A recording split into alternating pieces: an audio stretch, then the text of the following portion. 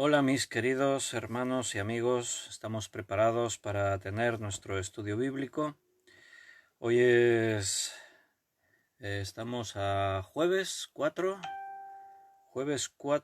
de junio y vamos a tener nuestro estudio bíblico como hacemos cada día a las 8 de la tarde, menos mañana, los viernes, recordad, ya apuntároslo en la agenda, que los viernes es a las 6:30. Así que mañana tenemos otro estudio bíblico, pero un poquito más pronto que hoy. Muy bien, pues me alegro de ver que ya hay hermanos que se están conectando y hoy vamos a tener un estudio bíblico que se titula Interferencias en la oración, cosas que interfieren en nuestras oraciones, que rompen la buena comunicación con Dios, que impiden la respuesta que esperamos. Y claro, es un tema que nos importa, nos interesa, para saber qué es lo que nos está ahí impidiendo que podamos estar orando de una forma efectiva, sin interferencias delante de nuestro Dios. Cuando veo ya saludos de muchos hermanos que se están conectando, veo el saludo de Juan Bermudo, buenas tardes, y de José María, veo el saludo de Ana Karina, de Adriana. Bienvenidos, buenas tardes, un saludo para todos vosotros también, que Dios os esté bendiciendo y que nos bendiga a todos en este tiempo en el que abrimos la palabra. Sin duda somos bendecidos cuando venimos a la palabra de Dios y tratamos de ver qué es lo que el Señor tiene con nosotros. Vamos a hacer una oración para redimir el tiempo y que no se nos vayan los minutos, el tiempo es muy valioso. Y vamos a poner así este tiempo de estudio en las manos de Dios, confiamos que Él nos guíe. Amén. Señor, muchas gracias por esta nueva oportunidad que nos das de poder venir y abrir tu palabra y estudiarla. Gracias porque sabemos que tú siempre estás con nosotros, que nos cuidas, que nos bendices. Llévanos, Señor, de tu mano a lo largo de esta hora y media aproximadamente que estamos así tratando de ver en tu palabra cosas que edifiquen a nuestra vida y a tu iglesia. Háblanos y que sea el Espíritu Santo el que nos lleve, Señor, esta tarde en el estudio de tu palabra. Danos sabiduría para entender y danos sabiduría para explicar.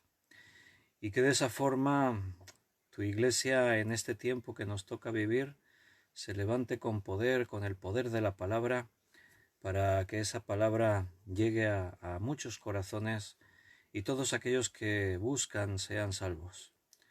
Háblanos, Señor, escuchamos que necesitamos el alimento espiritual.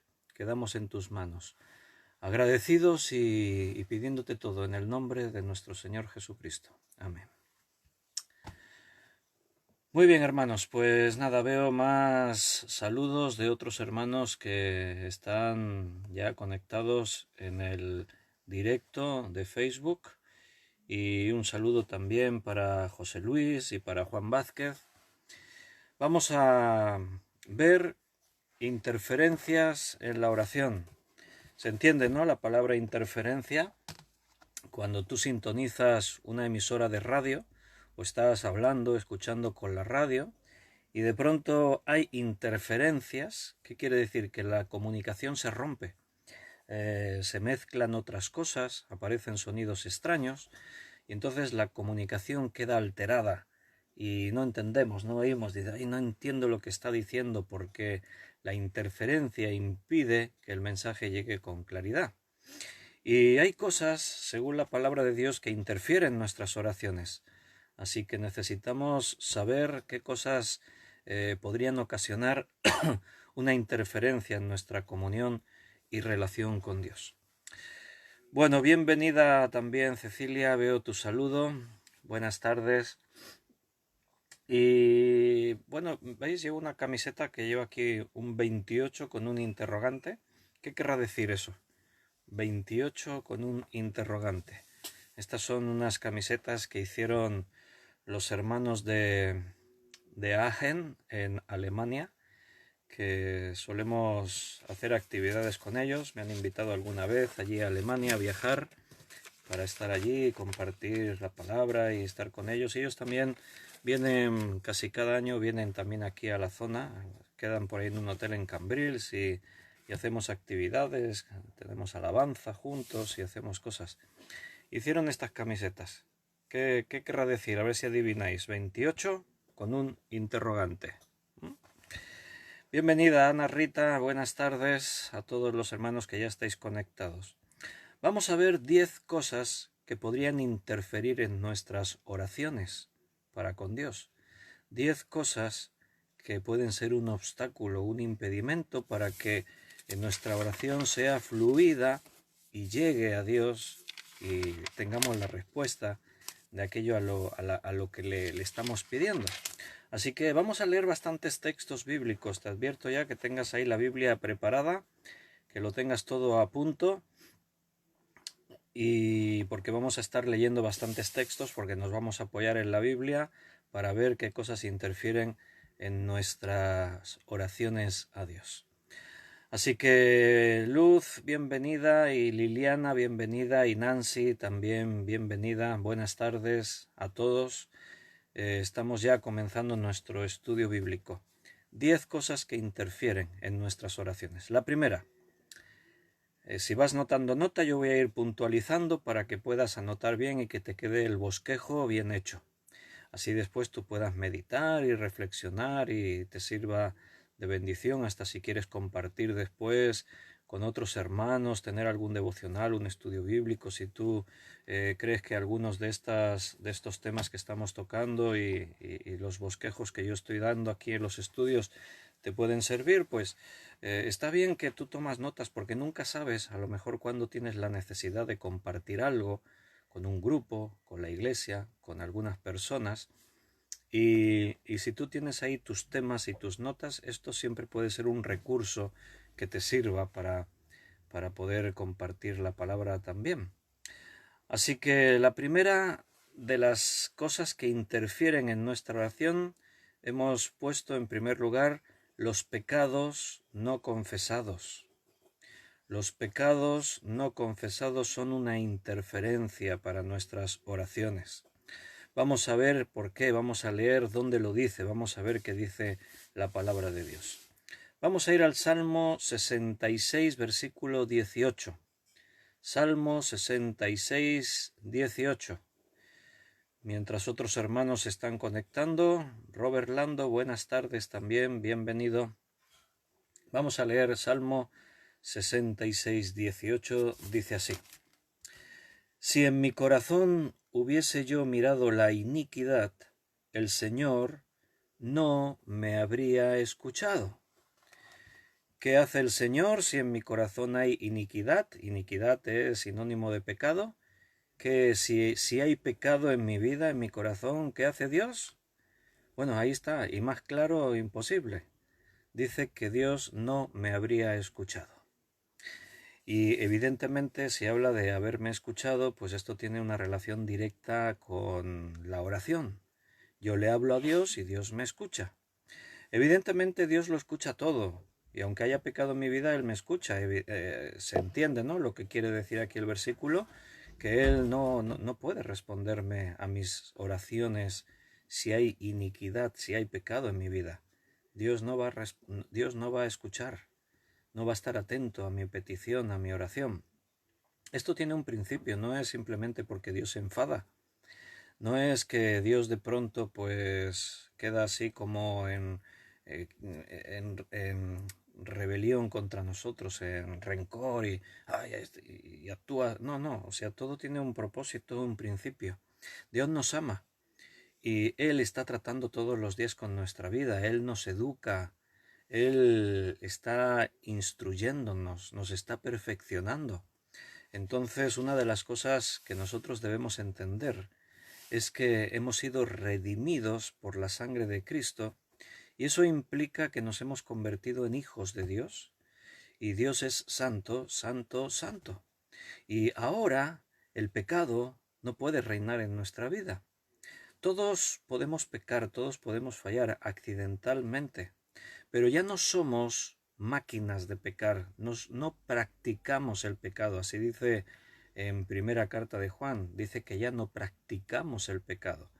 La Biblia es muy ilustrativa a la hora de darnos estas enseñanzas, porque queda bien claro el hecho que es pecar por accidente y lo que es practicar el pecado. Cuando uno dice que practica algo es porque pone interés en ese tema y insiste en ello constantemente una y otra vez, y entonces un cristiano ya no practica el pecado. Todos podemos pecar por accidente, pero fíjate que dice en el corazón: si en mi corazón hubiese yo mirado la iniquidad. Una cosa es pecar así como un accidente y otra cosa es ya concebir algo en el corazón. Está hablando ya de algo que está ahí dentro. O sea, no es tanto un accidente, sino que estamos ahí eh, maquinando ya el pecado, estamos incubando el pecado dentro de nosotros. Entonces el Señor no me escucha si en mi vida hay pecado. Vamos a leer en Jeremías 31-34.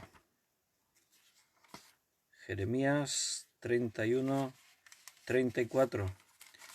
Y respondo al saludo también de Fernando y de Beatriz. Buenas tardes, queridos hermanos. Dice en Jeremías 31, versículo 34: y no enseñará más ninguno a su prójimo, ni ninguno a su hermano, diciendo: conoce a Jehová, porque todos me conocerán, desde el más pequeño de ellos hasta el más grande, dice Jehová, porque perdonaré la maldad de ellos y no me acordaré más de su pecado. Aquí esta es la otra cara de la moneda. Si nosotros confesamos nuestros pecados, Él es fiel para perdonar nuestros pecados. Y dice en este texto: y no me acordaré más de su pecado. De pronto ese pecado queda borrado. Nuestros antecedentes, todo lo que hemos hecho, todo lo que hemos obrado mal en nuestra vida, una vez de que el Señor limpia esos pecados, desaparecen. Y Dios ya nunca más se acuerda de ellos, ya no tienen nada que ver ya en la vida de cada uno de nosotros. Si hay pecado, esto interfiere la oración, se rompe la comunión con Dios. Si te arrepientes de tus pecados, Él es fiel para perdonar esos pecados. Mira como lo dice también en Primera de Juan 1:9. Yo estoy parafraseando a veces, pero mejor os dejo la cita si tomáis nota también y os queda la referencia. Primera carta de Juan, capítulo 1, versículo 9, dice: si confesamos nuestros pecados, Él es fiel y justo para perdonar nuestros pecados y limpiarnos de toda maldad. El versículo anterior es interesante porque dice que si decimos que no tenemos pecado, nos engañamos a nosotros mismos y la verdad no está en nosotros. Todos pecamos. En el versículo 10 vuelve a insistir en la misma idea: y si decimos que no hemos pecado, le hacemos a Él mentiroso y su palabra no está en nosotros. Por eso en el versículo 9 dice: si confesamos nuestros pecados, Él es fiel y justo para perdonar nuestros pecados y limpiarnos de toda maldad.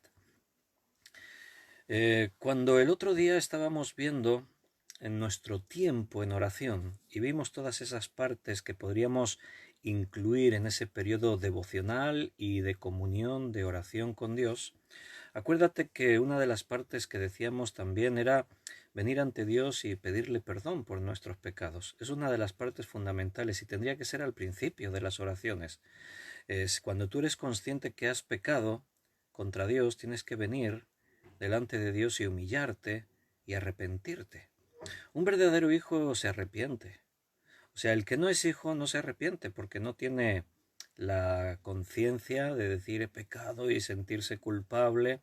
En el mundo, las personas que son conscientes que hacen algo malo y tratan de ocultarlo, o les preocupa si han hecho algo malo, la preocupación no es porque Dios sabe y porque han ofendido a Dios, la preocupación es por las consecuencias que sus pecados puedan traer en sus vidas. Entonces ellos están preocupados de que ese pecado no vaya a traer algo negativo en ellos, así que esa es la preocupación del ser humano. Los hijos de Dios, su preocupación es otra, y es que cuando yo soy consciente que he pecado contra Dios, sinceramente no voy a poder permanecer delante de Dios con mi pecado. Yo el otro día os citaba el caso del rey David. El rey David pecó, cometió un pecado muy feo a nuestros ojos y no se arrepintió inmediatamente. Estuvo un año entero escondiendo su pecado. A veces la vergüenza, el temor, la confusión que genera nuestro pecado y queremos como ignorarlo, lo queremos esconder, parece que así nadie se va a enterar y que entonces no pasa nada. Dios sí sabe desde el primer momento. Bueno, pues a David le pasó eso. Él era un hombre conforme al corazón de Dios y a él le pesaba el pecado que había cometido. Él era consciente de lo que había hecho. Por eso estaba ahí consumiéndose en su pecado, se estaba envejeciendo, se estaba enfermando, estaba realmente angustiado, estaba muy mal. ¿Por qué? Porque un hijo de Dios que sabe que ha pecado no volverá a tener paz si no confiesa sus pecados delante de Dios. Mira, la sangre de Cristo perdona nuestros pecados. Aquí mismo en primera carta de Juan que hemos leído, ahí dice que abogado tenemos para con el Padre a Jesucristo. Él es nuestro abogado, Él intercede por nosotros. Su sangre perdona nuestros pecados. La salvación comprende 3 tiempos: pasado, presente y futuro. Cuando Cristo murió por nosotros en la cruz, entonces tú crees en Jesucristo como tu Salvador y tú pasas a ser salvo. Y ese sacrificio de perdón de pecados tiene un efecto en estos 3 tiempos. Pasado, todos tus pecados pasados, todos desaparecen, son borrados, porque si uno de ellos quedase por ahí escondidito, entonces no serías salvo, porque un solo pecado te condena para toda la eternidad. Por eso todos tus pecados que cometiste hasta este momento desaparecen.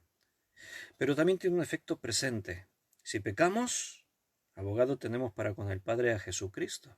Si tú pecas hoy, ese pecado automáticamente queda borrado.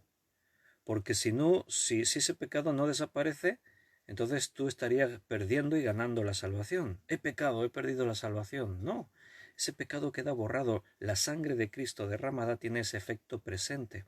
Pero además tiene el efecto futuro, porque todos los pecados que tú cometas, también por esos pecados murió Jesús. Esos pecados también serán borrados.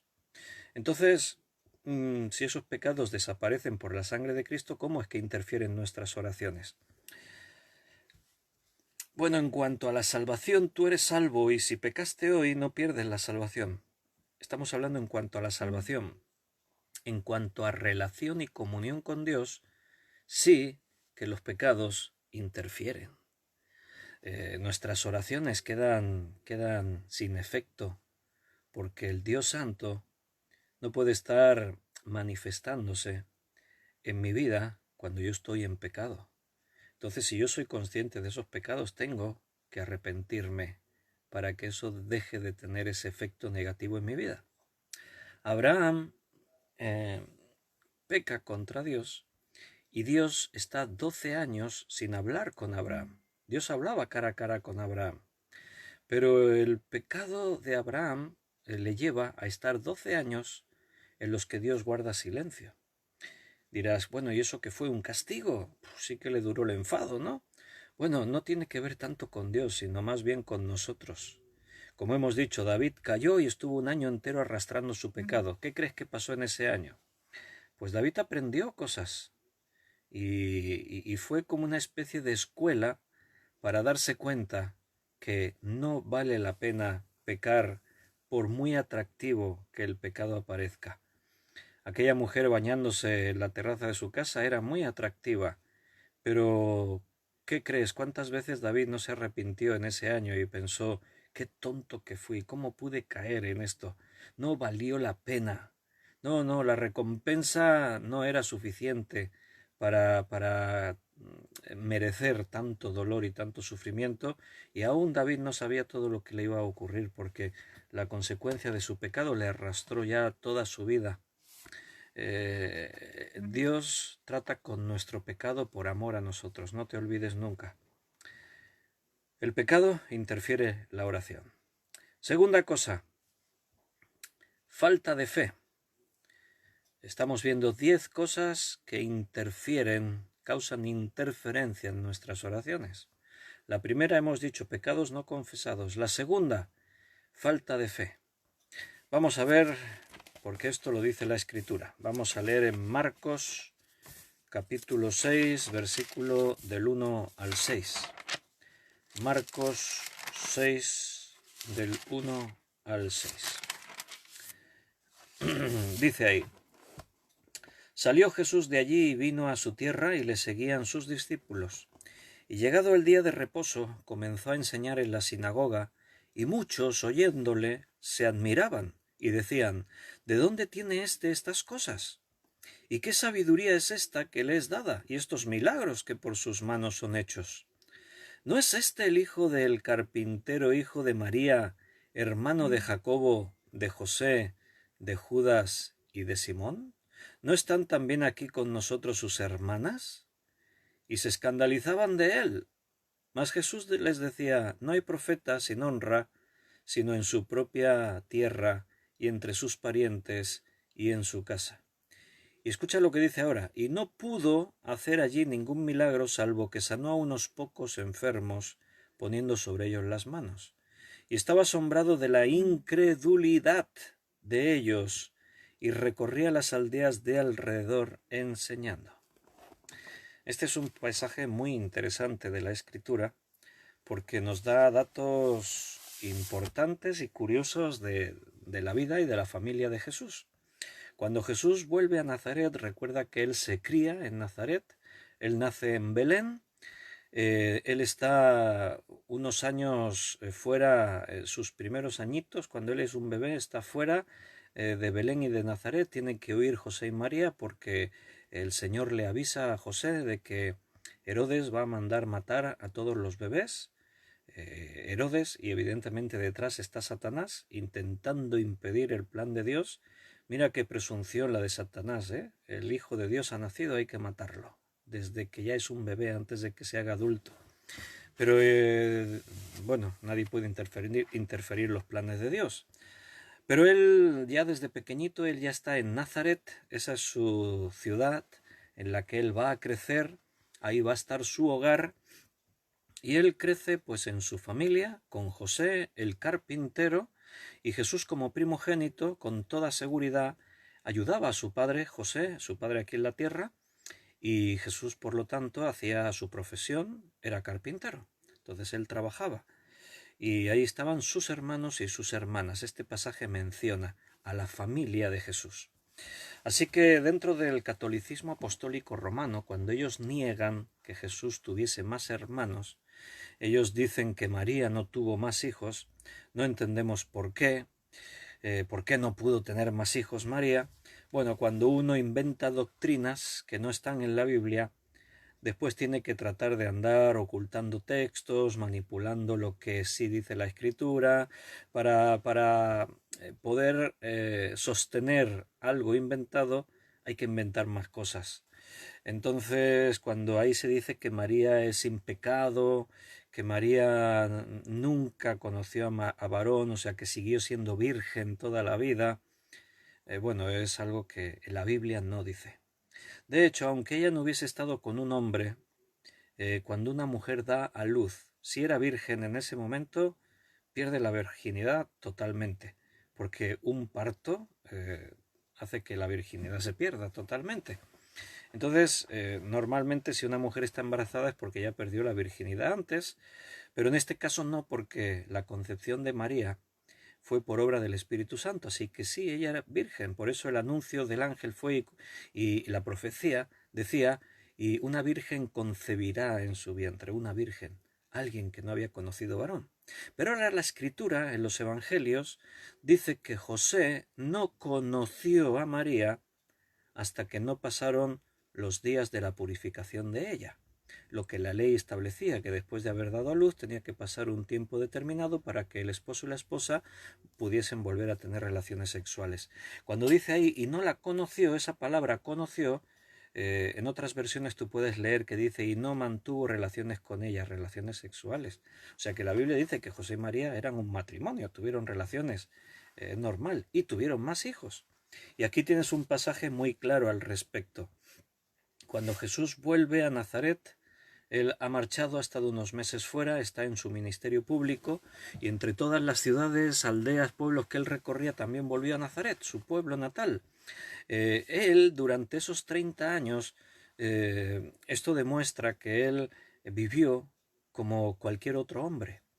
O sea, él no se manifestó quién era quién era él hasta que no fue el momento, hasta que no cumplió 30 años y él comienza su ministerio público. Él vivió la vida tranquilo como un hombre más. Él estaba trabajando en la profesión de su padre, estaba en su hogar con su familia aquí en la tierra. Por eso cuando él vuelve y viene predicando, dice que llegó un día de reposo y comenzó a enseñar en la sinagoga. La gente le escuchaban y se admiraban, porque decían, ¿de dónde tiene estas cosas? ¿De dónde viene esta sabiduría que le es dada? Y no solo eso, estos milagros que por sus manos son hechos. Ellos veían la enseñanza, la escuchaban, la veían los milagros, el poder de Jesús, pero tenían un problema. Y el problema era que también sabían quién era Jesús. Pero si a este le conocemos, ¿no es este el hijo del carpintero? ¿No es hijo de María? Y dice, ¿y sus hermanos no se llaman Jacobo, José, Judas y Simón? Mira, sabemos 4 nombres de los hermanos masculinos de Jesús. La Biblia da 4 nombres de sus hermanos. Jacobo, que además le conocemos porque él es el escritor del libro que lleva su nombre en la Biblia. Santiago es Jacobo. Y también sabemos de él que él fue un mártir, murió por causa de la fe, lo explica ahí en el libro de Hechos. Así que sabemos el nombre de Jacobo. Otro hermano de Jesús se llamaba José, otro se llamaba Judas y otro se llamaba Simón. Y de las hermanas no da el nombre, pero dice, ¿no están también aquí con nosotros sus hermanas? O sea que habla de las hermanas en plural, así que mínimo eran 2, mínimo, que muy probablemente fuesen mínimo también otras 4 o más. Así que Jesús era miembro de una familia numerosa en la que sus padres José y María, aparte de que María tuvo a Jesús, el primogénito, después nacieron otros hermanos. Y esto era un impedimento para los vecinos de Nazaret. Pero si es Jesús y le conocemos, si lo hemos visto cuando era un niño aquí jugando en la calle, si le hemos visto trabajando con su padre el carpintero, a María la conocemos, claro, y a los hermanos de Jesús, y eso era un impedimento. La fe no surgía en sus vidas, no dejaban que la fe, viendo y escuchando lo que él hacía y decía, surgiese. Por eso dice ahí que no pudo hacer allí muchos milagros y dice el motivo, dice por la incredulidad de ellos. Por la incredulidad de ellos. Cuando nos falta fe, Dios no responde las oraciones. Porque seguramente vas a acordarte también de que muchos de los milagros que Jesús hizo, y esos milagros venían por causa de una oración. Muchos de esos enfermos, por no decir todos, oraban a Jesús. Orar así cara a cara.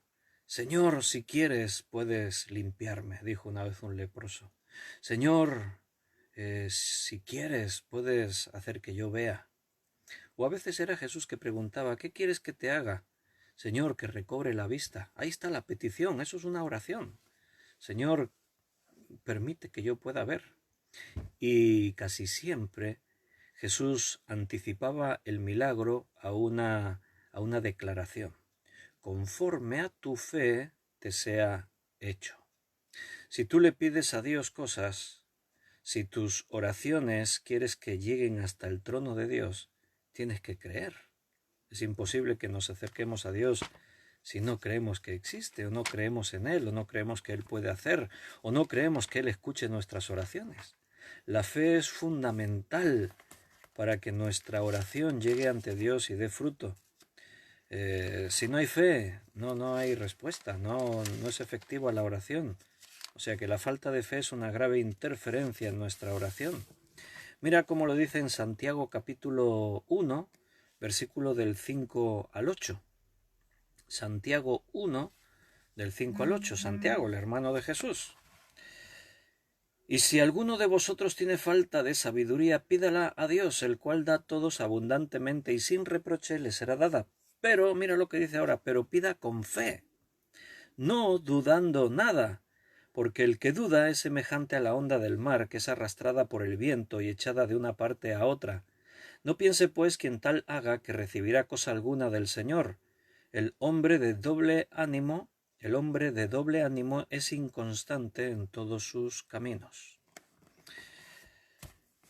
¿Te falta sabiduría, hermano?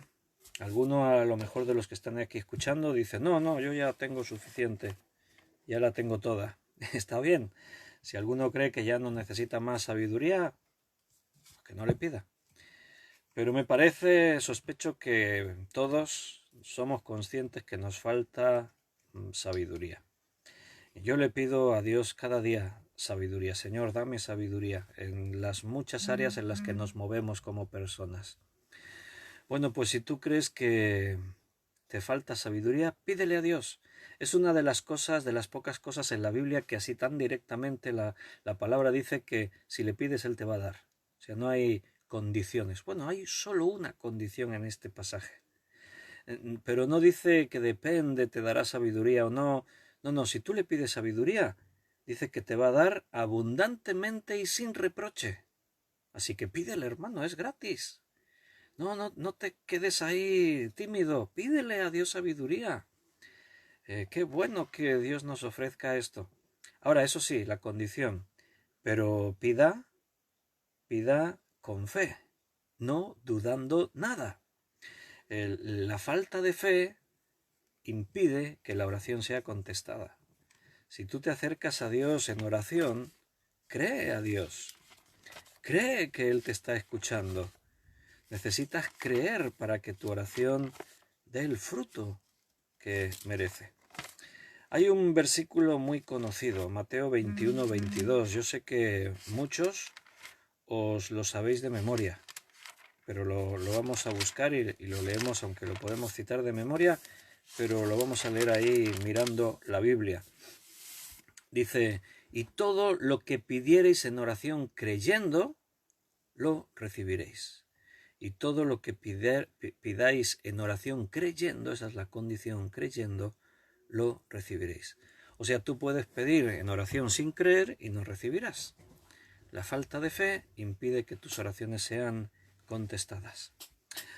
Ahora bien, déjame así un paréntesis, aclarar una cosa.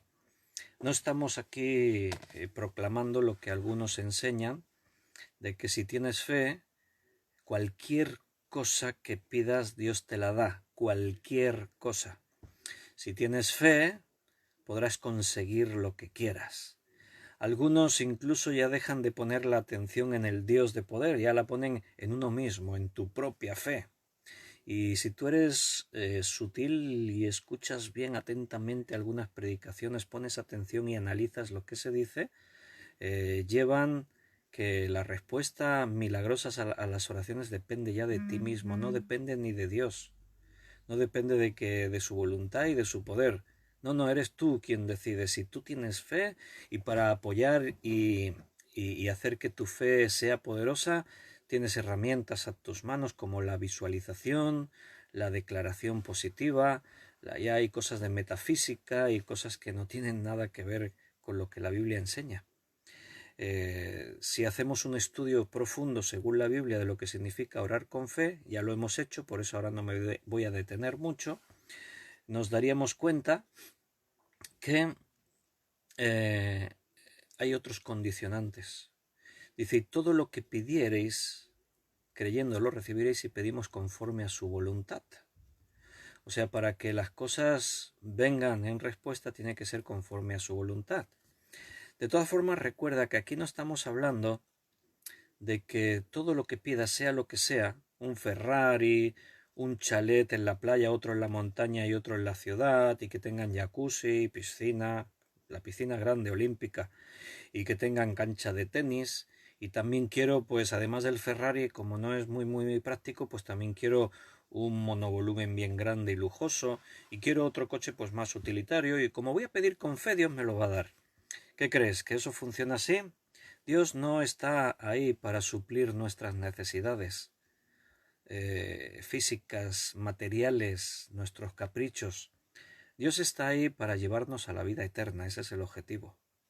Y como hijos Él trata con nosotros y nos bendice y nos da abundancia de cosas. Al decir que tenemos que orar con fe para que nuestra oración tenga respuesta, la respuesta recuerda que a veces puede venir de diferentes formas. Dios puede decirte sí a lo que le estás pidiendo, si es conforme a su voluntad, si es bueno para ti, como por ejemplo, dame sabiduría. Pero Dios también te puede decir no. Dios también puede estar respondiendo a tu oración, diciéndote no, eso no es bueno para ti, no te lo voy a dar. A veces, aunque parezca que es bueno, Pablo tenía un aguijón en su carne, algún tipo de enfermedad, algún tipo de impedimento, algo que le ocasionaba sufrimiento. O sea que parece legítimo que él pidiese, Señor, quítame esto, pero el aguijón estaba ahí por un propósito, por un motivo. No era un accidente, Dios lo permitió, porque era bueno para Pablo, para que no se enalteciese desmesuradamente, para que en esa debilidad el poder de Dios se pudiese perfeccionar y no fuese él, sino eso le ayudase constantemente a ver a Dios en su vida. Así que la cosa es que si tienes falta de fe, tus oraciones no son respondidas, hay interferencias en la oración. La tercera cosa por la que nuestras oraciones pueden sufrir interferencia es por desobediencia. Y aunque la desobediencia podría entrar dentro del paquete del pecado, si desobedeces estás pecando, pero algunas cosas son necesarias que las puntualicemos porque la Biblia lo hace así, puntualiza cosas. Una cosa es decir el pecado, y puede haber muchísimos pecados, pero la desobediencia en sí mismo a veces puede pasar inadvertida, parece que no es un pecado, pero si estoy en desobediencia a Dios, mis oraciones no pueden tener respuesta, hay interferencias. No puede haber buena comunión, buena sintonía con Dios si hay desobediencia.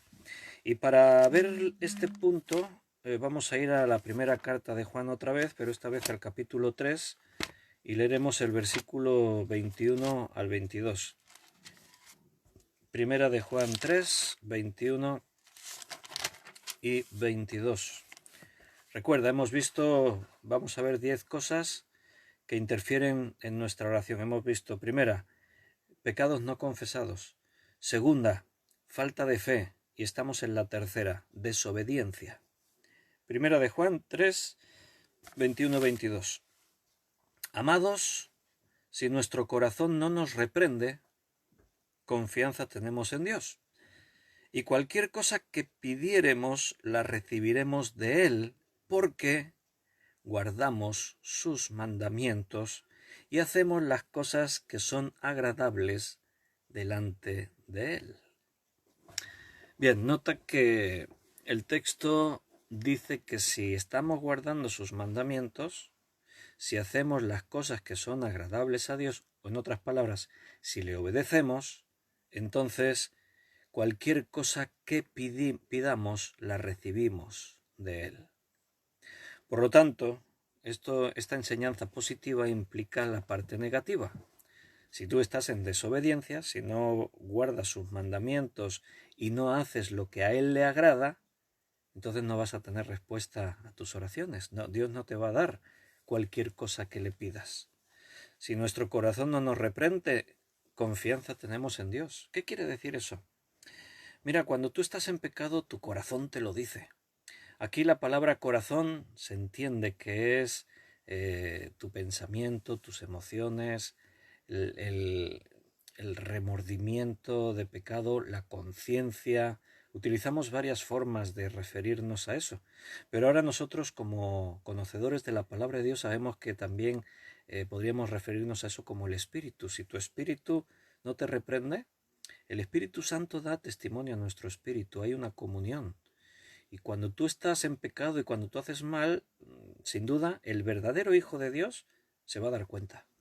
Porque alguna pregunta, si alguno le hubiese dicho por ahí una pregunta, hubiese preguntado, podría haber dicho, bueno, ¿y si no soy consciente que he pecado? Mira, recuerda un día también estuvimos estudiando que en la Biblia, en el griego, hay diferentes palabras para hablar de pecado. Y hay algunos pecados que nos podrían pasar inadvertidos. Porque no solo el que hace lo malo peca, el que sabe hacer lo bueno y no lo hace también peca. A veces pecar nos puede pasar un poquito así sin que nos demos mucha cuenta. Digo mucha cuenta, tampoco no nos engañemos, ¿eh? Ay, es que no lo sabía, tampoco vayamos a ese extremo. Pero a veces nos puede pasar que eh, pecar puede ser no hacer lo perfecto. O sea, no dar justo en el blanco es pecado. Entonces, bueno, una cosa es eso, que pecamos, fallamos, porque no somos perfectos y de hecho tenemos esa actitud cuando venimos delante del Señor de decirle, Señor, perdóname, sé que no estoy haciendo todo lo que puedo hacer por tu obra. Señor, perdóname porque sé que no soy 100% fiel a todo lo que tú esperas de mí. Y a lo mejor no estoy puntualizando pecados exactamente, pero la actitud es lo que cuenta. Hablamos de pecados que tienen nombre, pecados más concretos, cosas que yo hice y sé que ofendí a Dios. Entonces tu conciencia te lo va a decir, tu corazón te reprende, el espíritu no está bien, te sientes mal, incómodo, no hay paz en tu vida. Tú mismo te das cuenta cuando oras a Dios que tus oraciones parece que no traspasan el techo, te sientes hasta hipócrita estar ahí hablando.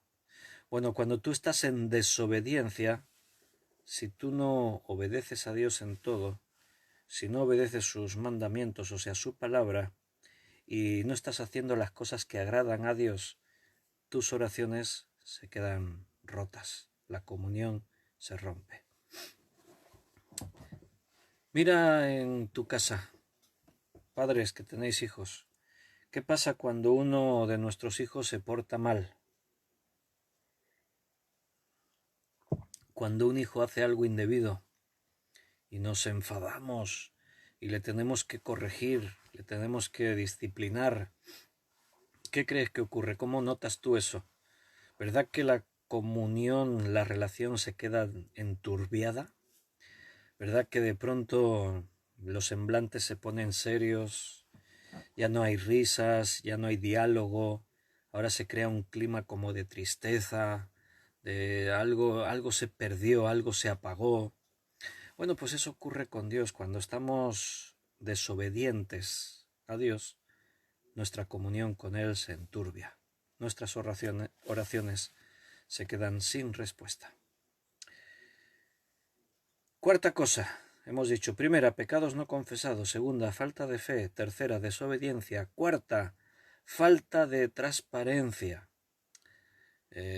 Podríamos decir falta de sinceridad. Yo lo he escrito así, falta de transparencia. ¿Por qué? Porque me gusta esa palabra, transparencia. Cuando soy transparente a Dios, para Dios siempre soy transparente, ¿eh? Eso tú ya lo sabes, que no podemos ocultar nada a sus ojos. No hay nada en nuestra vida que Él no sepa. Él sabe todo absolutamente. Yo no puedo esconder nada a los ojos de Dios. Pero yo sí tengo que ser consciente que soy transparente a Dios. Cuando tú eres transparente se ve todo. Cuando tú te pones detrás de algo opaco, quieres ocultar, pretendes que no te vean. Si tú tienes un cristal y es transparente y no quieres que te vean los que están al otro lado del cristal, tienes que pegar algo, tienes que pintar el cristal, tienes que hacer algo para impedir esa transparencia. Delante de Dios tenemos que ser transparentes, que se vea todo. Señor, no tengo nada que ocultarte. Cuando yo oro a Dios, tengo que ser así. Señor, tú sabes que no estoy haciendo lo que debiera. Señor, tú sabes que he intentado actuar así como engañándome a mí mismo, pensando, quitándole importancia a esto, pero Señor, sinceramente te pido que me perdones porque he sido desobediente, he sido un falso, he pecado. Mira, vamos a leer un texto, el que se encuentra en Santiago 5:16. Antes hemos leído también ahí en Santiago, en el capítulo 1, pero ahora vamos al 5:16. Santiago 5:16.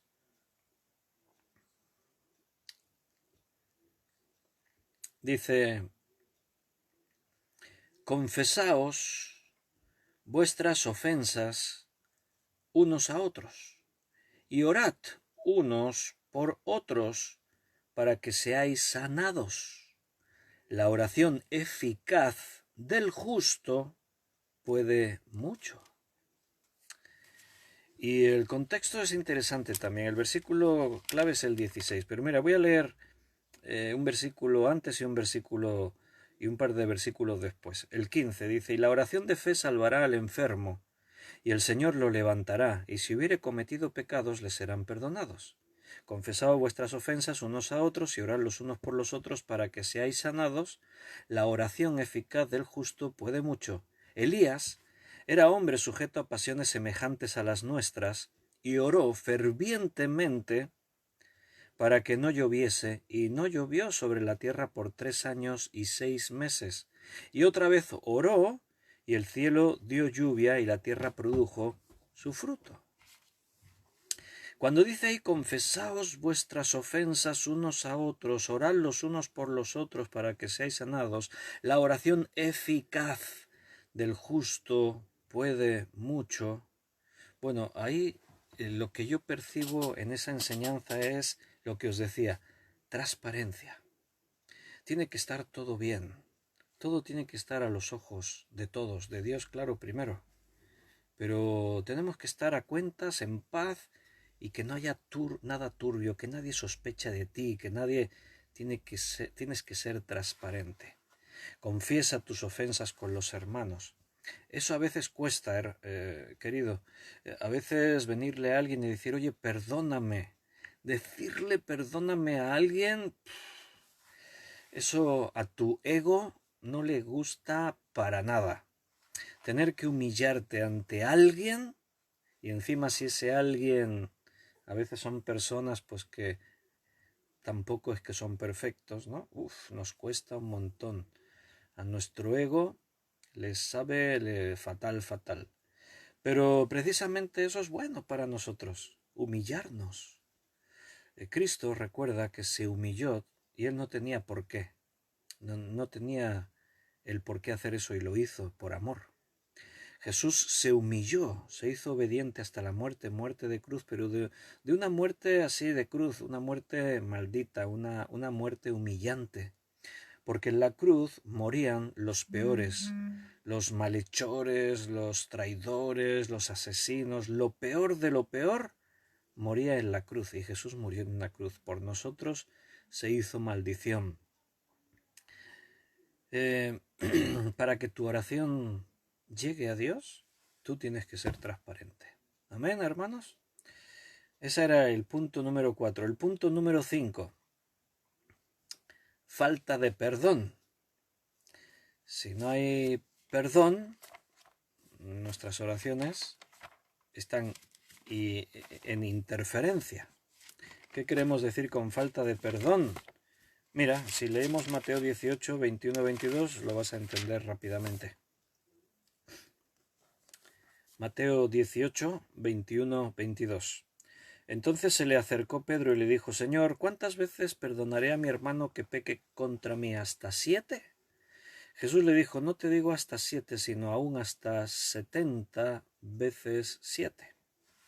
Estamos hablando de perdonar a los demás sus ofensas, de perdonar pecados, perdonar lo que hayan hecho contra ti.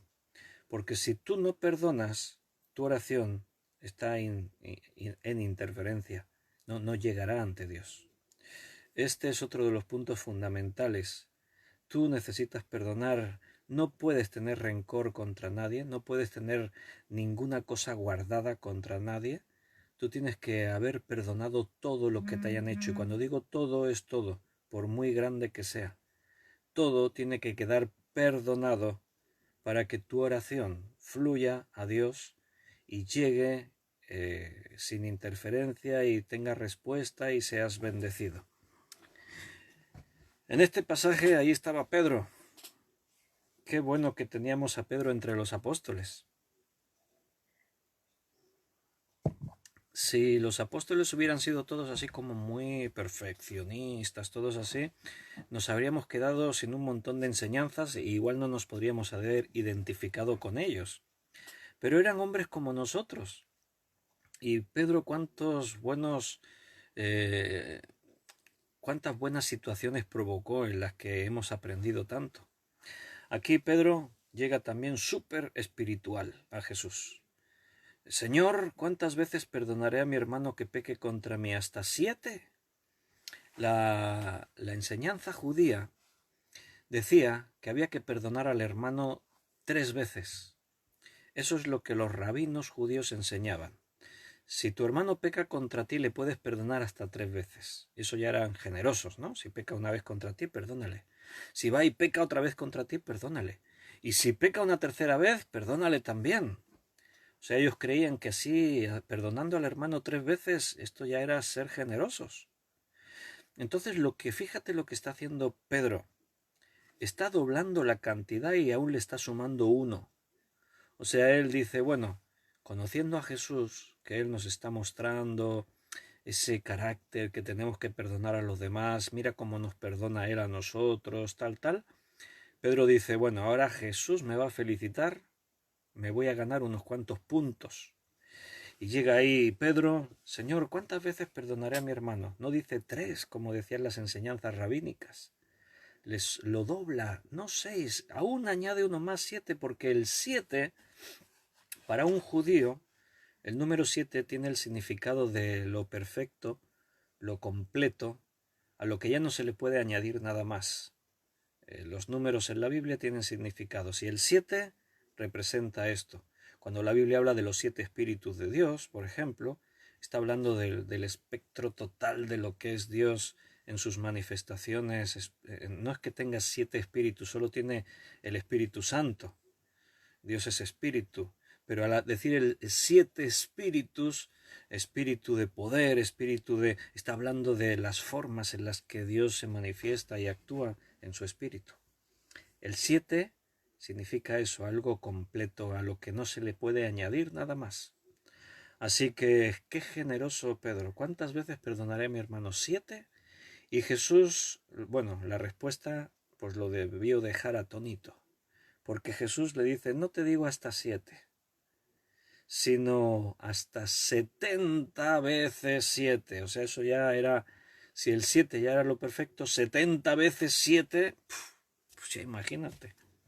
O sea, Jesús no está diciendo que perdones a tu hermano 490 veces. ¿No es eso, hermanos matemáticos? 70 por 7, ¿verdad que son 490?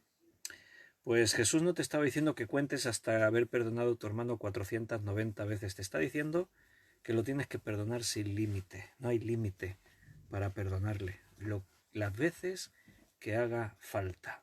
Eso es lo que Jesús le está diciendo ahí a Pedro. Y esto es muy importante en relación a nuestras oraciones, porque si aquí mismo en el Evangelio de Mateo nos vamos más atrás hasta el capítulo 6 y leemos allí el versículo 14 y 15, Mateo 6, 14 y 15, dice, porque si no perdonáis a los hombres sus ofensas, dice, tampoco vuestro Padre que está en los cielos os perdonará.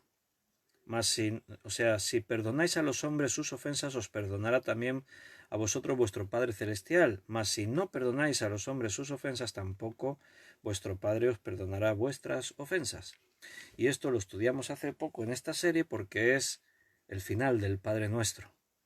Y en el Padre Nuestro Jesús enseñó el versículo 12, y perdónanos nuestras deudas como también nosotros perdonamos a nuestros deudores. Algo que Jesús enseñó que tiene que estar en nuestras oraciones.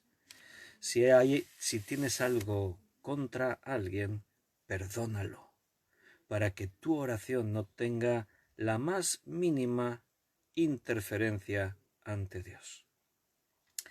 Bueno, estamos en la mitad de todos los casos o cosas que pueden interferir en nuestra oración. Y fíjate, hemos dicho con pecados no confesados, 2, falta de fe, 3, desobediencia, 4, falta de transparencia y 5, no perdonar a los hombres sus ofensas.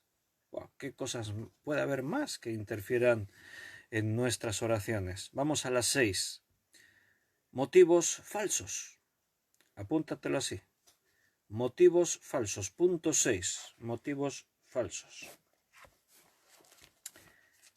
Santiago, capítulo 4, versículo 3.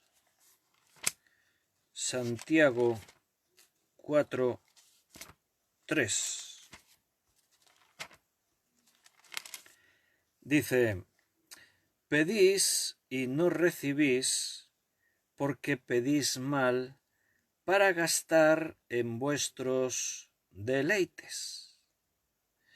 Si tu motivación es equivocada, si tu motivación es carnal, egoísta, si estás mirando lo que le pides a Dios o por lo que oras de una forma equivocada, tu respuesta no puede tener, tu oración, perdón, no puede tener respuesta.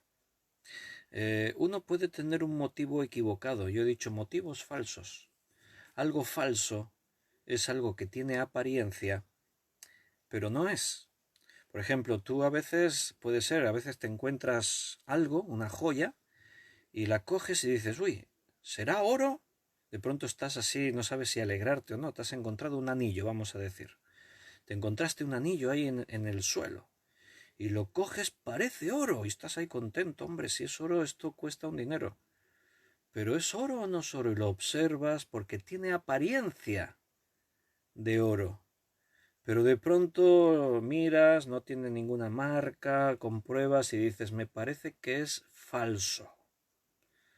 O sea, no es oro, es parecido, pero no es. Te dan un billete y tú vas a pagar con ese billete y cuando lo pasan por la máquina aquella, se enciende la luz roja y el cajero dice, este billete es falso, no te lo puedo aceptar.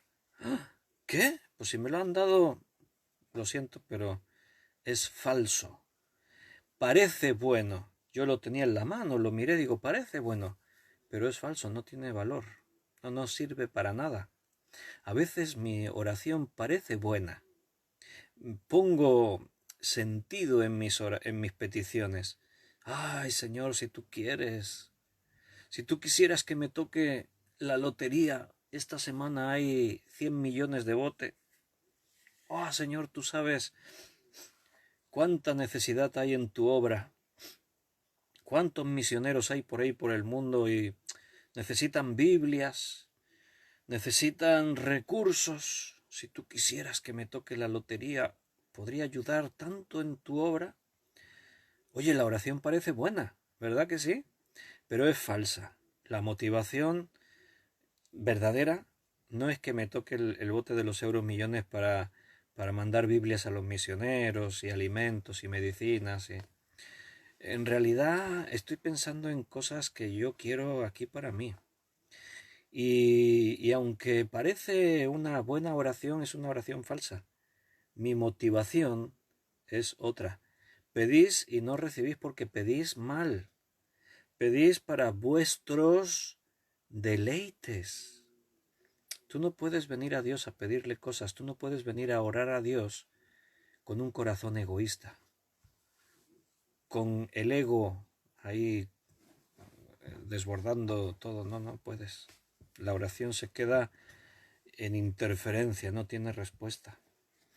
A veces una oración o una situación puede parecer que es buena, pero había un niño pequeñito en la puerta de una casa y estaba así intentando llegar al timbre y no llegaba, y pasó un hombre allí por la acera y le mira el hombre y el niño lo mira y dice, no, por favor, ¿puede ayudarme? No alcanzo a llamar a la puerta.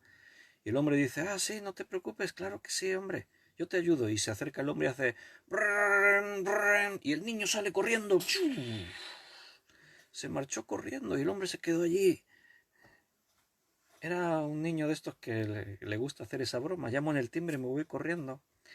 Y el hombre pensó que su motivación era auténtica, que quería llamar a la puerta para que le abriesen y entrar o lo que fuera, y cayó en la trampa. Era un motivo falso el de querer llamar al timbre de esa manera. ¿Qué motivos tienes cuando vienes a Dios en oración? ¿Cuál es el motivo de decir, ya a lo mejor no pedir por algo físico, que me toque la lotería, sino a veces otras motivaciones? A veces venimos con... Somos muy sutiles a veces los hombres, ¿eh? Y venimos creyendo que podemos manipular y engañar a Dios. Y utilizamos buenas palabras y argumentos sabios. Actuamos a veces como... No sé si a ti te ha pasado, cuando eras un niño, un jovencito, y estabas estudiando en el colegio, en el instituto, y venía el día del examen, y no te habías preparado, no habías estudiado nada, y llegabas ante la hoja del examen, y ahí todas las preguntas, y tú leías las preguntas y te estaban sonando a chino porque no tenías ni idea. ¿Y qué respondo yo aquí? ¿Os ha pasado a vosotros que os inventabais las respuestas? ¿A alguien le pasó también eso? Pero te las tienes que inventar bien, que parezca que sabes lo que estás ahí respondiendo. Hay libros, por ahí yo por aquí en la estantería tengo alguno, de anécdotas que están sacadas de respuestas de exámenes y son de humor. O sea, porque alguno lo estás leyendo y te estás riendo porque dices, el que respondió esto pensaba que iba a engañar al maestro. Pero el maestro lo que pasó es que se hartó de reír cuando leyó la respuesta. A veces nos pasa eso con Dios. Venimos a Dios y le damos nuestros argumentos, intentamos darle lástima, intentamos convencerle de que lo que yo pido lo necesito. Pero hermano, no podemos manipular a Dios. Cuando mi hijo Daniel era pequeñito, así con 2 o 3 añitos no más, yo le contaba historias bíblicas y todas las noches al ir a dormir pues le leía algo de la Biblia, le contaba alguna historia. Me acuerdo una vez que le conté pues una de las historias que no pueden faltar en contarle a alguno de tus hijos. Y entonces tú llegas ahí y yo llegué ahí y le conté pues el cruce del Mar Rojo. Y claro, yo le di ahí todos los detalles, ¿no? Cuando le contaba las historias bíblicas se las contaba detallando todo. Y ahí estaba el pueblo y el ejército de Faraón que se acercaban, la situación tan tensa, iban a morir todos en manos de los soldados, pero ahí Dios entonces hizo que el agua se abriese y las murallas de agua a los lados tremendas, allí las olas y no sé qué. Y yo le describí todo impresionante. Claro, es que fue impresionante. Y entonces ellos cruzaron el Mar Rojo. Y a los pocos días fuimos a la playa. Ya te puedes imaginar. Él estaba por allí bañándose y de vez en cuando se paraba y se quedaba mirando el mar. Y entonces se me acerca, me coge de la mano así todo chiquitín, y me mira y dice, papá, dice, vamos a orar para que se abran las aguas. Y entonces pues a ver qué le explicas tú, ¿no? En ese momento a tu hijo. Hace poco día le has explicado que Dios es así, ese es su poder. Ellos oraron, Señor, tenemos este problema. Moisés estaba allí y Dios le respondió y se abrieron las aguas. Y ahora tu hijo, pues claro, él es un niño. Y dice, pues a ver, ¿por qué no podemos nosotros orar ahora y que se abran las aguas? Y entonces, pues, papá, ¿por qué no oramos y que se abra el agua? Y ya me ves allí a mí, pues intentando explicarle, a ver, hijo, es que las cosas no funcionan así. Esto no va así. O sea, no podemos ahí cualquier cosa que se nos ocurra. Digo, todo lo que le pedimos a Dios tiene que tener un propósito, una intención. Digo, ellos necesitaban ese milagro, que se abriesen las aguas. Tenían un problema, y es que Faraón venía con su ejército. Y entonces tenían un problema y tenían esa necesidad, y entonces oraron y Dios les respondió. Y se queda él así pensando un momento y dice, papá, dice, pero es que yo también tengo una necesidad, dice, es que no sé nadar, me dijo. Claro, buen argumento, ¿no? O sea, eso sería como intentar convencer a Dios de que haga lo que yo quiero. O sea, hay un motivo falso. En realidad, no necesito que se abra el agua. Lo que pasa es que quiero que se abra. Yo quiero ver un milagro. Muchos cristianos andan por milagros, buscan los milagros. Hay pastores que se pasan la vida predicando milagros. Y vamos a ver, y el Señor tiene que hacer, y no sé qué. Y el día que no hay milagro, pues toda la fe se viene por el suelo. Pero tú no puedes manipular a Dios, hermanos. Un motivo falso en nuestras oraciones impide que la oración llegue con fluidez. Es una interferencia en nuestra vida.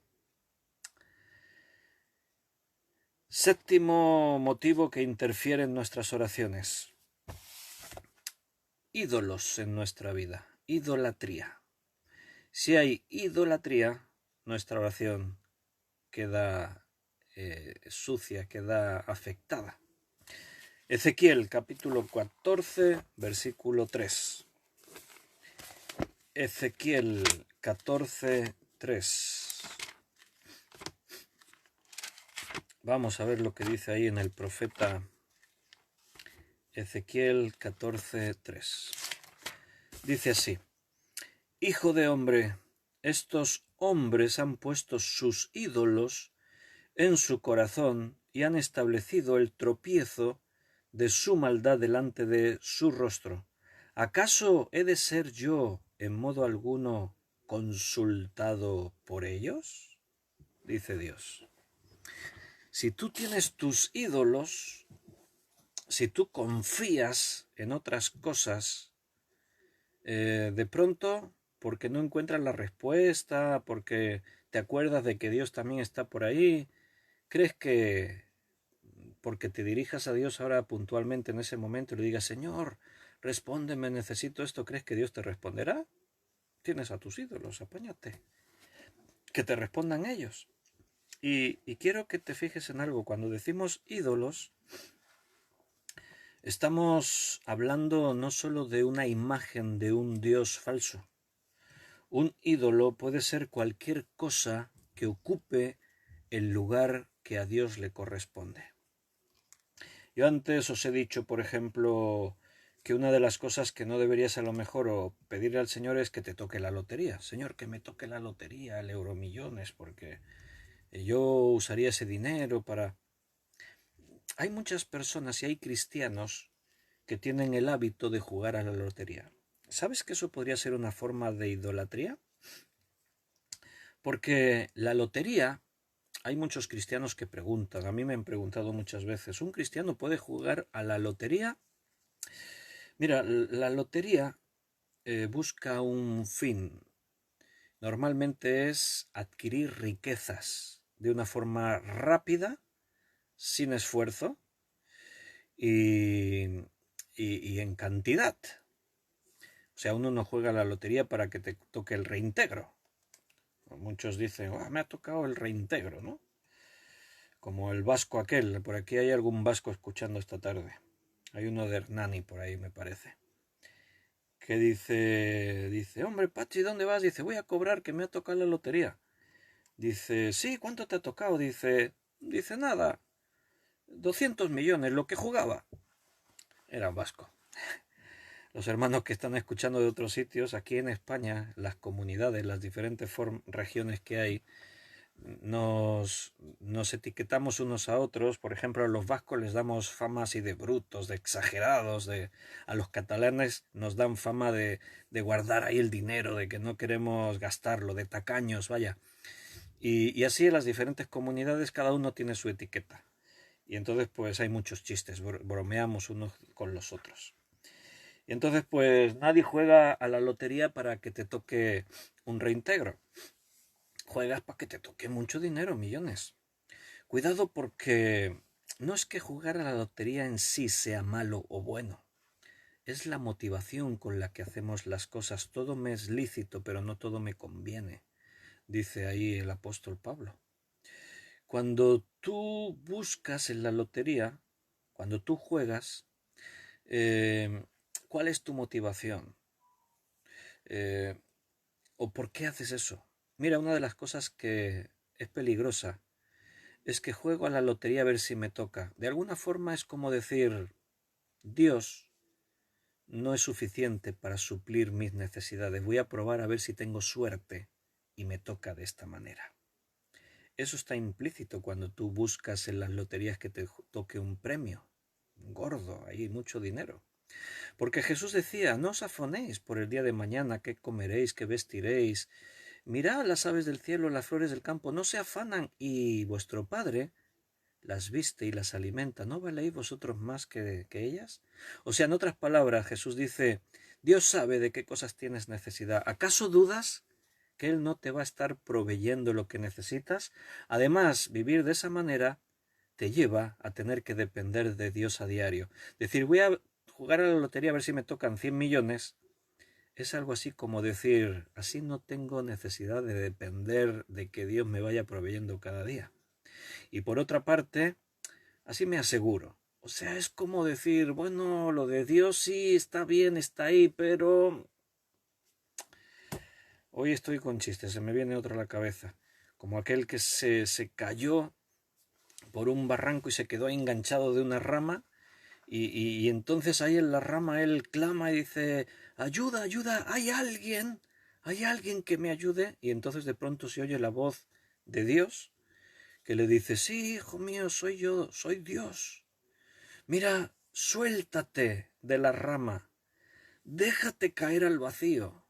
Y antes de que caigas contra las rocas afiladas que hay en el fondo, yo enviaré un ángel que te recogerá y quedarás salvo. Y este por un momento se queda así pensando y dice,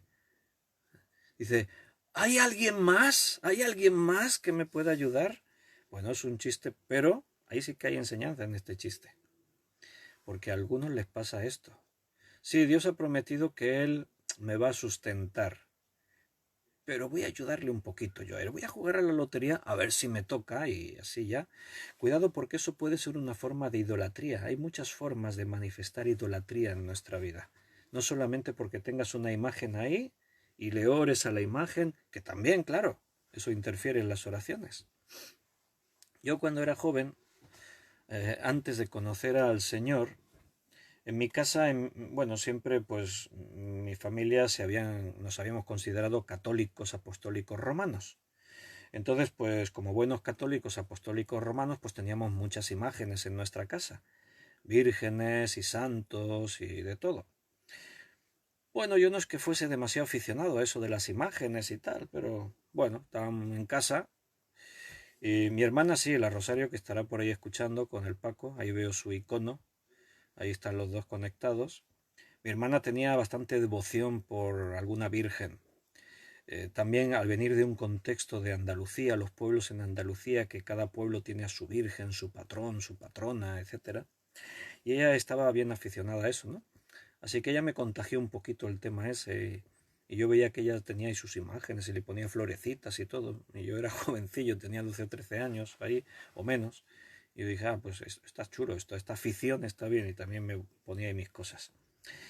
Y me imagino pues que viendo todo eso, pues un año en mi cumpleaños me regalaron algún regalito y tal, y me regalaron un San Pancracio. Que hombre, me decepcionó un poco el regalo, ¿no? Porque cuando tú eres jovencito y te regalan cosas, pues no sé, te imaginas cosas chulas que te regalen, ¿no? Cosas que a uno le gustan, sus aficiones y tal.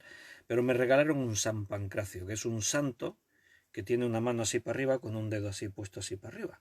Y en la mano así la otra no sé qué tiene ahí algo. Y entonces pues me lo regalaron y me dijeron: San Pancracio, salud y trabajo. Eso es lo que dicen, le atribuyen al santo este, al San Pancracio. Y además le ponían en la mano que tiene así para arriba, en el dedo así, había unas monedas aquí en España, cuando teníamos pesetas, que eran monedas de 25 pesetas, que eran unas monedas que en el centro de la moneda tenían un agujero, estaban agujereadas en el centro. Entonces, tú cogías una moneda de 25 pesetas y se la metías al San Pancracio en el dedo, allí la moneda puesta. Entonces tenías al santo en la mesita de noche con la moneda puesta así. Y así te asegurabas de que ya no te iba a faltar el trabajo y el dinero. Ahora imagínate que tú tienes tu San Pancracio, ¿no? Y le oras al San Pancracio, tienes allí tu monedita puesta. Ay, San Pancracio, que no me falte nunca el dinero y el trabajo y tal. Y de pronto, pues un día te acuerdas y dices: voy a pedírselo a Dios también. ¿Crees que Dios te responderá? Si hay idolatría en tu vida, la oración queda interferida totalmente. No vas a tener respuesta. O sea, no puede haber ningún motivo en tu vida que comprenda cualquier clase de idolatría. Y digo cualquier clase, ¿eh? Porque no siempre es una imagen en sí misma, pueden ser otras cosas. Sería bueno que uno pudiese descubrir si en su vida hay algún tipo de ídolo. Ese es un motivo de oración. Decirle al Señor: Señor, si no me di cuenta y en mi vida hay algún tipo de idolatría, revélamelo, muéstramelo, para que yo no te falle. Octava cosa que puede ser una interferencia en mis oraciones: indiferencia hacia los demás. Salmo 33, versículo 13. En el Salmo 33, 13 dice: desde los cielos miró Jehová, vio a todos los hijos de los hombres. Esa es la perspectiva de Dios. Él ve a todos los hijos de los hombres, Él ve a todos los hombres. Para Dios, todos nosotros somos importantes. Es una visión general. No te creas que eres la última Coca-Cola del desierto. No estás solo en este planeta y no estás solo en tu relación con Dios. También los demás tienen necesidades. Tu problema no es el mayor problema. Tus necesidades no son las más importantes. Para Dios sí eres importante, tus necesidades son importantes, tu situación es valiosísima, pero tienes que tener la misma perspectiva que Dios tiene. La perspectiva de Dios es comprender a todo el mundo, incluir a todo el mundo, y tú, como reflejo y como hijo de Dios, también tienes que ser consecuente. No puedes estar indiferente al hombre, a los problemas de los demás. Mira en el Evangelio de Juan, capítulo 13, versículo 34. Evangelio de Juan 13, 34 dice: un mandamiento nuevo os doy, que os améis unos a otros como yo os he amado, que también os améis unos a otros. Esa es una enseñanza notable en la Escritura, que vino directamente de Jesús. Tenemos que ser amorosos para todos los demás, amar al prójimo como a uno mismo. La ley y los profetas se resumen en estos dos grandes mandamientos: amarás a Dios por sobre todas las cosas y al prójimo como a ti mismo. Tú no puedes ser indiferente hacia los demás. Si lo eres, tu oración, tu relación con Dios está enturbiada. Primera de Pedro 3:7. Primera de Pedro 3:7. Vosotros, maridos, igualmente vivid con ella sabiamente, dando honor a la mujer como abrazo más frágil y como a coherederas de la gracia de la vida, para que vuestras oraciones no tengan estorbo. Anteriormente, él está dando instrucciones de varias cosas que los cristianos tienen que tener en cuenta, pero ahora exactamente le habla a los maridos y cómo tienen que amar a sus esposas y cómo tienen que tratar con ellas con sabiduría, dándole honor como el vaso más frágil, como coherederas. Pero fíjate el detalle: para que vuestras oraciones no tengan estorbo. Si eres indiferente hacia tu esposa o hacia tu esposo o hacia otras personas, tus oraciones tienen estorbo, están enturbiadas. Hay interferencias. Amén, ¿lo ves? Miren aquí mismo en Primera de Pedro, pero en el 2:13. Capítulo 2, versículo 13.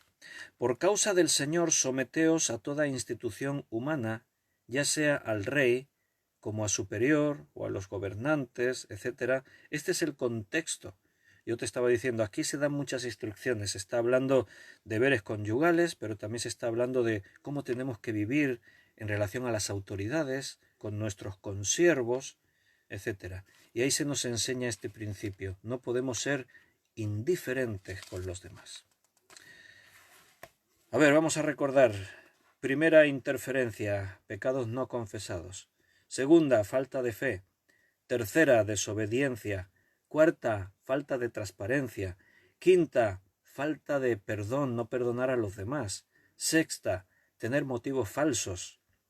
Séptima, ídolos en nuestra vida. Octava, indiferencia hacia los demás. Novena, apúntate, esta es nueva. La novena, indiferencia hacia la soberanía de Dios. Ser indiferentes, o sea, que no le dé el valor ni reconozca a Dios como soberano. ¿Qué quiere decir soberano? Soberano es una palabra que se utilizaba para referirse a un rey, a un monarca, el que estaba arriba de todo de la cadena de mando. El soberano es el que manda, por lo tanto no hay nadie por encima de él. Nadie le puede decir al soberano lo que está bien o lo que está mal. Nadie le puede decir al soberano que lo que él dijo no es aceptable o si lo es. O sea, el soberano tiene la última palabra. Mateo 6, versículo 9 y 10. Vosotros pues oraréis así: Padre nuestro que estás en los cielos, santificado sea tu nombre, venga tu reino, hágase tu voluntad como en el cielo, así también en la tierra. Esto lo estudiamos, vimos que era una forma en la que teníamos que orar. Esto tenía que estar comprendido dentro de nuestra oración. Cuando tú reconoces la soberanía de Dios, entonces estás dispuesto a aceptar su voluntad, sea la que sea. Dios es soberano. ¿Acaso el vaso de barro le puede protestar al alfarero y decirle ¿por qué me has hecho así? ¿Acaso tú puedes decir sí, bueno, aunque tu voluntad sea otra, yo quiero que tú hagas esto? Ser indiferente a la soberanía de Dios va a ser un obstáculo en nuestras oraciones. Necesitamos aceptar que Él es el soberano, por lo tanto su voluntad está por encima de todo. Él es nuestro papá, está en los cielos, pero su nombre es santo y Él es el Rey de Reyes, su reino, venga tu reino. Así que en su reino que su voluntad se haga, como en el cielo, aquí también en la tierra. Y la décima y última de las interferencias que pueden estar afectando a nuestras oraciones, 10, anota, voluntad rebelde. Si eres rebelde a la voluntad de Dios, si tienes una actitud de rebeldía, tus oraciones estarán enturbiadas, afectadas.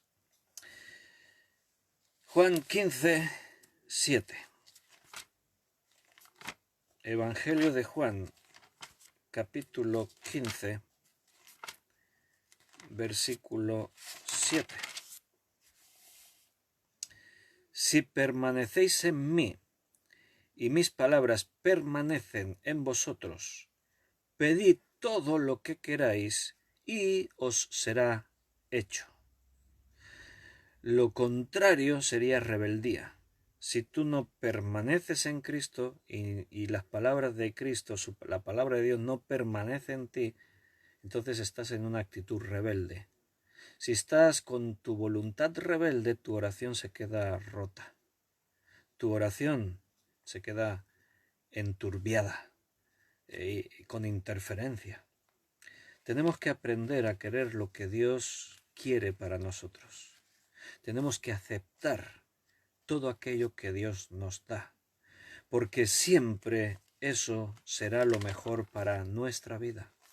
Nunca Dios traerá nada que te perjudique, nunca Dios te traerá nada que no sea lo mejor, lo ideal, lo perfecto. Solo, y ese es el problema, que no siempre nosotros lo vemos y lo entendemos.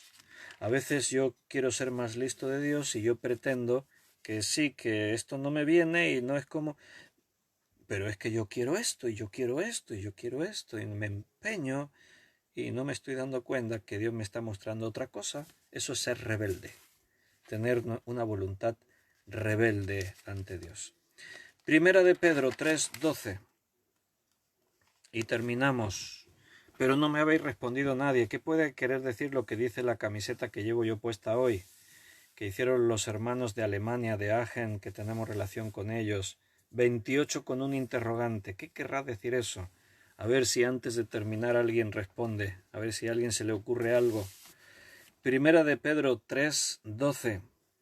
Porque los ojos del Señor están sobre los justos y sus oídos atentos a sus oraciones. Dios está atento a cada vez que tú abres la boca y le quieres decir algo a Él. Dios pone toda su atención, hermano. Eres importante para Dios, tus palabras son importantes para Él. Pero nota que habla de los justos. Un justo es aquel que es el reflejo de el Dios justo. Dios es justicia, Dios es juez justo, perfecto. Dios es amor, también es juez. Y nosotros somos declarados justos, pero la justicia es un fruto que se tiene que ver ahora en nuestra vida. Los oídos de Dios están atentos a nuestras oraciones y sus ojos están siempre pendientes de mi vida. No puedo tener otra actitud que una actitud de aceptar lo que Dios me dice. Él me muestra el camino, yo no puedo ser rebelde. Amén, hermano. Tenemos que mirar y ver que nuestras oraciones estén en perfecta armonía para con Dios. Bueno, José María respondió, dice 28 preguntas o dudas. Claro, porque tiene un interrogante, ¿no? Bueno, podría ser 28 preguntas o dudas. Caray, si hubiesen salido 28 preguntas o dudas del estudio, igual es que no me expliqué muy bien. Nancy López dice, ¿el 28 tendrá algo que ver con su edad? ¿Con mi edad? Sí, no, estaría bien eso. Yo firmo, ¿dónde tengo que firmar para tener 28 años? Estaría muy, muy bien, bastante bien, 28 años. No, no tiene que ver con eso. Y como ya tenemos que terminar, no espero más respuestas, aunque algunos escriban, después os respondo. Pero tiene que ver con algo que dice la Biblia. O mejor dicho, de un libro de la Biblia. ¿Cuántos capítulos tiene el libro de Hechos? El libro de Hechos tiene 28 capítulos. ¿Y qué es el libro de Hechos? La historia de la Iglesia. Es la historia de la Iglesia cristiana. Y termina en Hechos 28, pero el interrogante es como preguntando, ¿y después del capítulo 28 de Hechos, qué? ¿Qué dirá la historia? ¿Cómo vas a seguir escribiendo esa historia? Porque ahora somos nosotros los que seguimos escribiendo la historia de la Iglesia. Los primeros cristianos hicieron lo que hicieron, Dios trató con ellos, esa fue su respuesta y todo quedó aquí escrito en el libro de Hechos de los Apóstoles. Ahora estamos escribiendo los hechos de cada uno de nosotros. ¿Y cómo serán tus obras? ¿Cómo serán tus hechos? ¿Cómo quedará escrita la historia del cristianismo en nuestros días? Sin duda las oraciones tendrán mucho que ver en lo que se escriba de esa historia. Y para que tus oraciones no tengan interferencia, la oración es poder de Dios, bueno, pues tienes que tener en cuenta cada una de esas cosas que podrían interferir. Así que hermanos, espero que hayáis recibido ese alimento espiritual bien en buena tierra. Reflexionad, ahora es tiempo de guardar la palabra en nuestros corazones, que podáis descansar, que podáis tener un tiempo todavía de reflexión, de oración esta noche. Espero que estéis practicando ese tiempo diario de oración con Dios. Para eso Dios nos lleva a estudiar su palabra, para que todo esto se ponga por práctica. El estudio anterior que dimos el otro día era un estudio muy práctico para poner en marcha todo esto que estamos estudiando. Así que, hermano, esfuérzate en la gracia de Dios. Amén. Un abrazo fortísimo para todos, mis queridos. Me encanta cada día estar aquí con vosotros. Siempre estoy muy ocupado y tengo un montón de cosas que hacer, pero espero este momento de venir para poder ver vuestros comentarios, imaginar vuestros rostros, saber que estamos ahí como parte de un mismo cuerpo, haciendo cosas que sabemos que es la voluntad de Dios, porque su obra se está extendiendo, están ocurriendo cosas y Dios está tratando con nuestras vidas. Somos la iglesia de Cristo. Amén. Si Dios quiere, mañana nos vemos, pero acordaos, apuntadlo en la agenda, en la alarma en vuestro teléfono. Mañana es viernes, así que a las 6:30 tendremos el estudio. 6:30 hora de España, no a las 8, los viernes es un poco antes. 6:30 hora de España tendremos nuestro estudio bíblico. Un fuerte abrazo, mis hermanos. Nos vemos mañana, si Dios quiere.